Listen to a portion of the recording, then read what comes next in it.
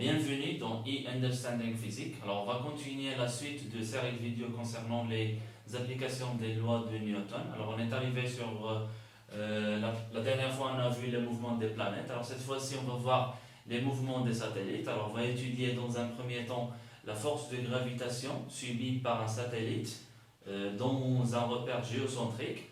Alors, deuxièmement, on va voir l'approximation faite dans l'étude des satellites, c'est-à-dire l'approximation des trajectoires circulaires des satellites.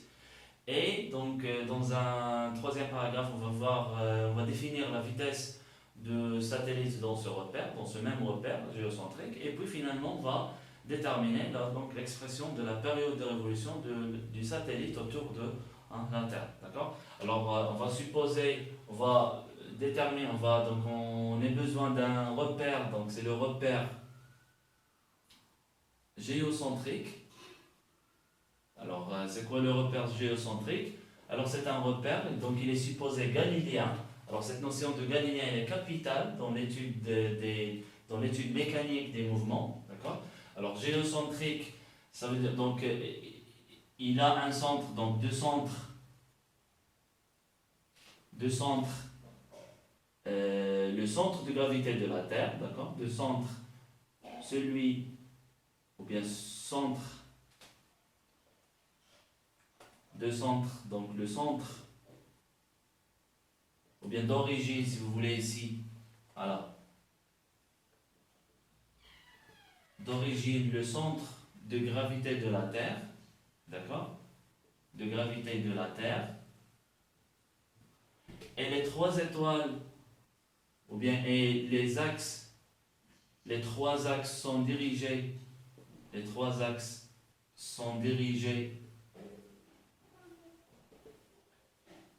vers trois étoiles très éloignées.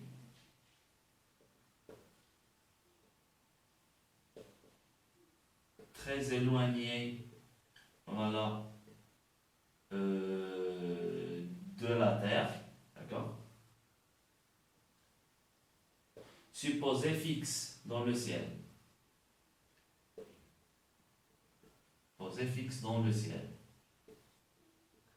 D'accord? Alors si on schématise, donc par exemple la Terre, donc on la schématise par exemple comme donc il y a une révolution sphérique par exemple, donc ça c'est la Terre. D'accord? Alors vous avez trois étoiles très éloignées, donc qui sont perpendiculaires entre eux. Donc l'un de ces étoiles c'est l'étoile polaire. D'accord? Et on va considérer que c'est en fixe dans le ciel, d'accord? Alors ça, c'est la Terre. Et vous avez bien sûr donc le satellite, par exemple la Lune qui gravite autour de la Terre pendant 30 jours à peu près. Donc c'est, par exemple ici vous avez la Lune comme exemple d'un satellite qui gravite autour de la Terre.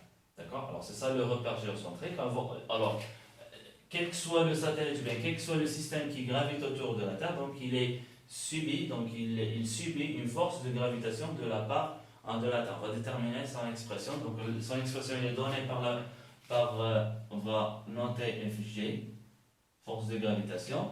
Donc par exemple, si on note par exemple ça la Terre, je vais agrandir le schéma. Par exemple, la Terre ici. Et on considère à une distance, par exemple, le satellite. D'accord? Donc, schématisé par exemple comme ça. Alors, le satellite, il subit de la part de la Terre une force que l'on appelle une force de gravitation.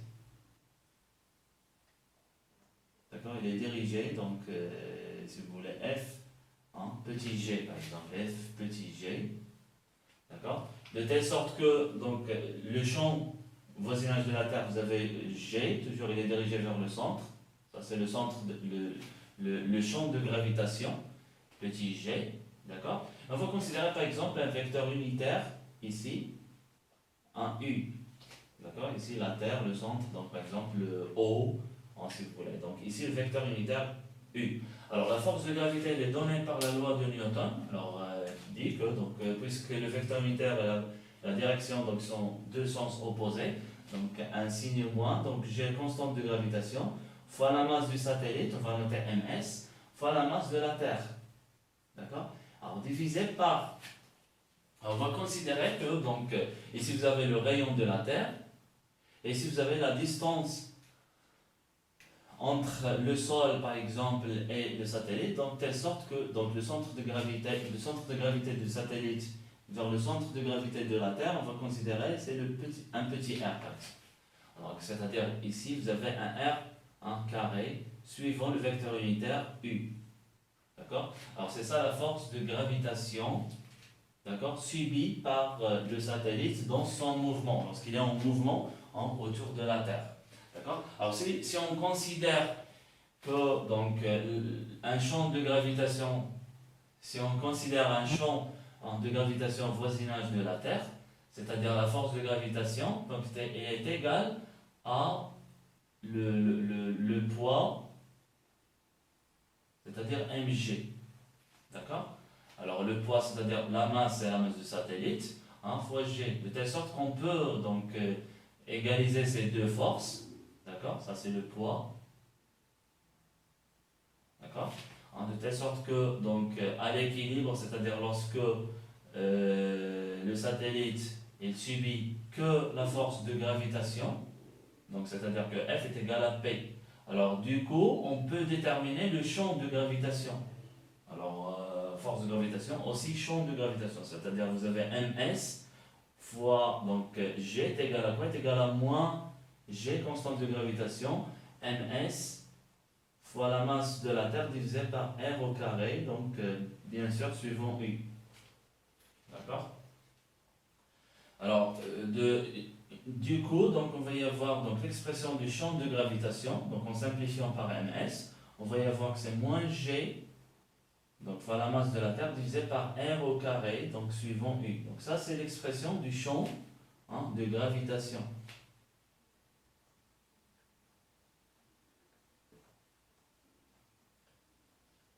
Du champ de gravitation. De la Terre, bien sûr. De la Terre. D'accord? Alors, deuxièmement, on va déterminer, on va passer à la trajectoire circulaire des satellites autour de la Terre, donc trajectoire circulaire, donc avec une approximation, avec une bonne approximation, on considère que les donc trajectoire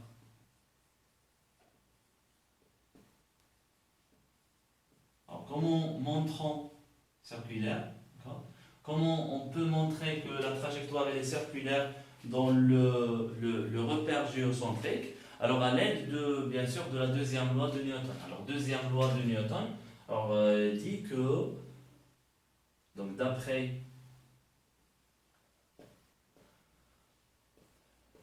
la deuxième loi de Newton, on peut y avoir, donc on peut avoir que l'accélération, c'est-à-dire donc si vous voulez, donc somme des forces est égale à la masse, c'est-à-dire Fg est égal à m fois l'accélération a.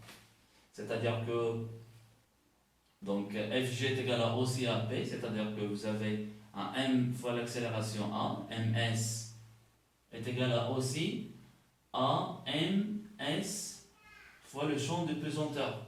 Alors en simplifiant par ms, on va y avoir que l'accélération est égale à aussi g, vecteur du champ de gravitation de la Terre.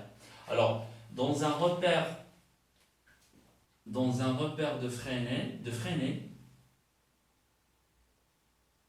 dans un repère de Fresnel, on a, alors l'accélération se décompose en deux composantes, de telle sorte que l'accélération A est égale à quoi? Est égale à V carré sur R, le rayon de révolution, alors suivant la normale, plus la variation de la vitesse, c'est-à-dire la vitesse tangentielle, d'accord, dt, suivant une composante tangentielle, qu'on appelle par exemple, taux, d'accord? Ceci est égal à quoi? Est égal à G.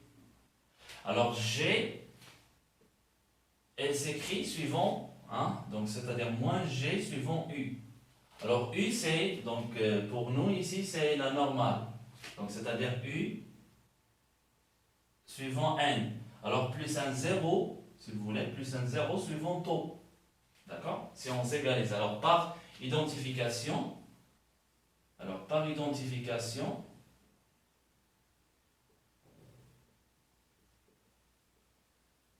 on peut tirer ici deux relations, c'est-à-dire deux expressions. Alors, c'est-à-dire, donc, ce qui est suivant n sont égales, c'est-à-dire que v carré sur r. Alors, on note que, voilà, il signe moins, donc, c'est-à-dire ici, on avait moins g suivant u. Alors, avec u est égal à moins n. D'accord? La normale, c'est-à-dire, ici, on va porter n.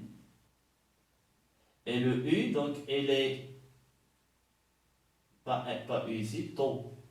D'accord? Donc, taux, donc, il est tangente à la trajectoire du satellite. Et N, c'est la normale, donc c'est moins U. Donc, avec U est égal à moins N. C'est-à-dire que vous avez donc moins U, c'est-à-dire N. Si vous voulez, on supprimons le moins et on va rendre le petit n, c'est-à-dire moins Gn. Ce qui veut dire que V carré sur R est égal à G. Et que dv sur dt est égal à 0 suivant taux, ce qui est suivant taux, c'est-à-dire dv sur dt est égal à 0. Alors du coup, qu'est-ce qu'on va y avoir ici? Que, donc, puisque la dérivée de la vitesse est égale à 0, cela veut dire que la vitesse elle est constante, c'est-à-dire uniforme, mouvement uniforme. Donc dv sur dt est égal à 0. C'est-à-dire que la vitesse est égale à une constante. Donc si la vitesse est constante, alors automatiquement, c'est le mouvement, puisque le mouvement il est circulaire, donc on va, bon, mouvement circulaire, ça veut dire que la vitesse elle est constante. Donc le mouvement est uniforme. On ajoute que puisque R, alors R est égal à quoi? Est égal à V carré, donc V c'est une constante. G aussi c'est un champ de pesanteur que l'on considère au voisinage donc, du satellite, il est uniforme aussi. Donc ce qui veut dire que V carré sur G, donc c'est une constante. Donc si le rayon il est constant, donc cela veut dire que la trajectoire il est constante. C'est-à-dire cette distance elle reste en continuité, constante durant la trajectoire du satellite. Donc ce qui veut dire que aussi on peut en déterminer une valeur, ou bien une expression de la vitesse, c'est-à-dire égale à racine de rg. Donc résumé, qu'est-ce qu'on peut dire? On peut dire que le mouvement, voilà, le mouvement du satellite autour de la Terre est circulaire. Alors pourquoi circulaire? Je répète, le rayon il est constant. D'accord? Rayon constant. Pourquoi? Parce que la vitesse constante. Et aussi G, on considère avec une bonne approximation que G est uniforme au voisinage. D'accord? Donc le champ de pesanteur au voisinage du satellite, il est constant. Donc du coup, on va y avoir que le circulaire uniforme. Alors si dans un exercice, on vous demande de montrer que, par exemple, le mouvement du satellite il est circulaire uniforme, ou bien donner la nature du mouvement du satellite au voisinage, ou bien dans le repère géocentrique, eh bien la démarche c'est bien ça. D'accord? Il fallait dire que A est égal à G, il fallait dire aussi extraire les deux composantes, donc de l'accélération, et à partir de ces deux composantes, on peut en profiter pour dire que voilà, V carré sur R est égal à G, et aussi la variation de la vitesse est égale à 0, ce qui veut dire que la vitesse il est uniforme. Alors le résumé c'est que circulaire, voilà, uniforme. Ça c'est très important. Alors maintenant, passe à un troisième paragraphe, c'est la détermination de l'expression de la vitesse. Alors, on veut déterminer l'expression de la vitesse. Alors troisièmement, pardon.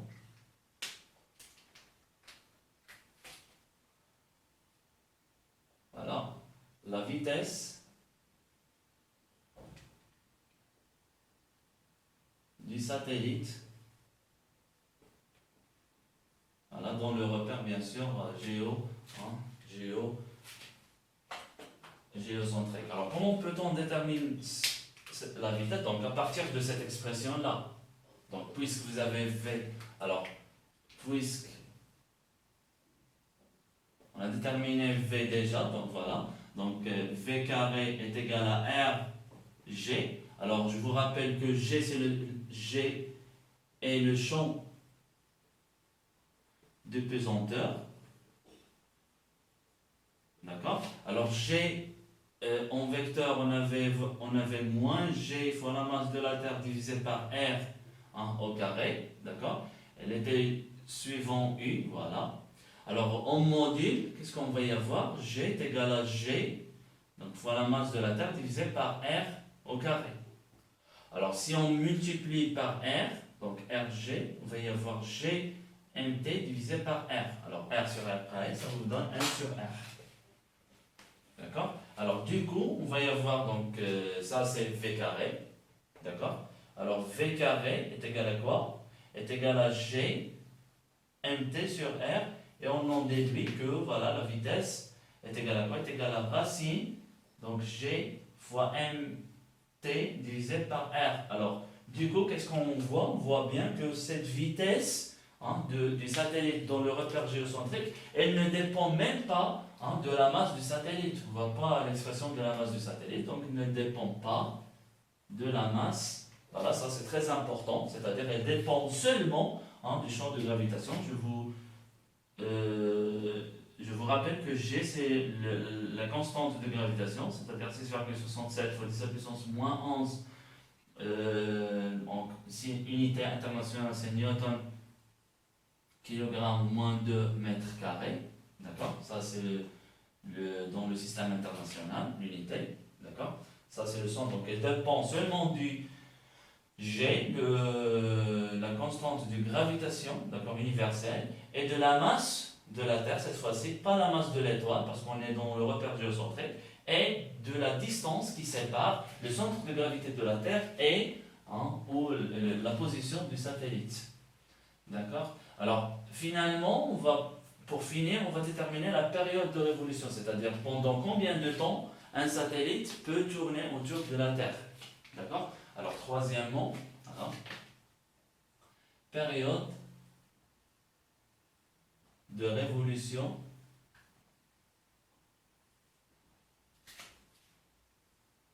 du satellite. D'accord? Alors, période de révolution du satellite. Alors, comment peut-on déterminer la période? Donc, sachant que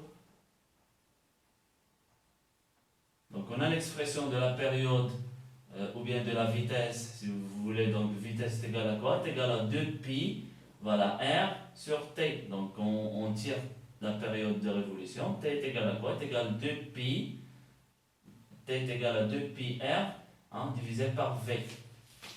D'accord? Alors R c'est quoi? Si vous voulez, c'est donc voilà, donc c'est la distance, donc c'est petit r, pardon, c'est pas grand R. Voilà, donc c'est la distance qui sépare le centre de gravité de la Terre avec la position indique du satellite. Ce qui veut dire que, voilà, depuis on va substituer l'expression de la vitesse V est égale à quoi? Donc la vitesse V, on a déjà déterminé, donc la vitesse c'est quoi? C'est racine, voilà.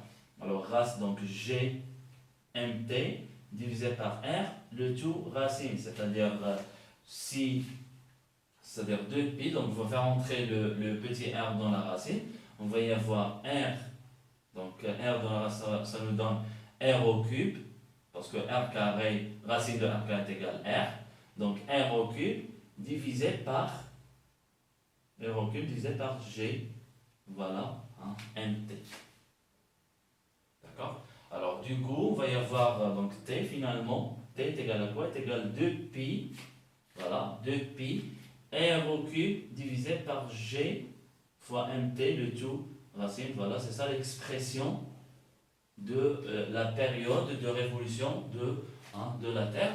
Et là, je tire votre intention qu'on peut, à partir de cette expression, valider, d'accord? On peut, à partir de cette expression, valider la troisième loi de Kepler.